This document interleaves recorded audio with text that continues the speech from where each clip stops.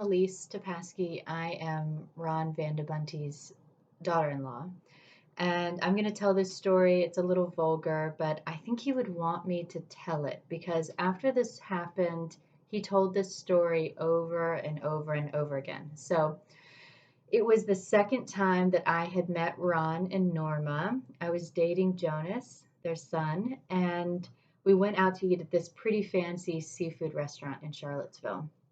And I was still trying to impress, and we were still sort of feeling each other out, personality wise. And I was still a little nervous about getting together with Jonas's parents. So we went out to eat at this restaurant, and it was, like I said, pretty fancy. And this waiter came over who was very formal, also kind of, macho. He had a bald head and he was really built. And there was a special menu, and on the menu was quail. And none of us had ever had quail, and Ron was intrigued. He loved food, and so he asked the waiter, I've never had quail. What does quail taste like?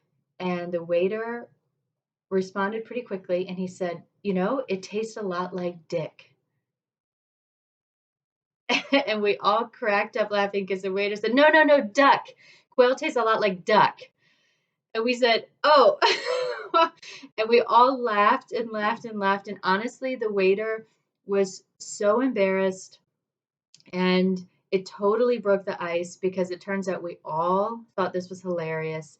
And Ron laughed about it. I mean, we all laughed about it for the rest of the meal.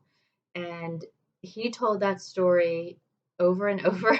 And it just says so much about his sense of humor, how irreverent he was, and just what a great natured guy he was. So I wanted you to know that quail tastes a lot like duck, but be careful. Okay.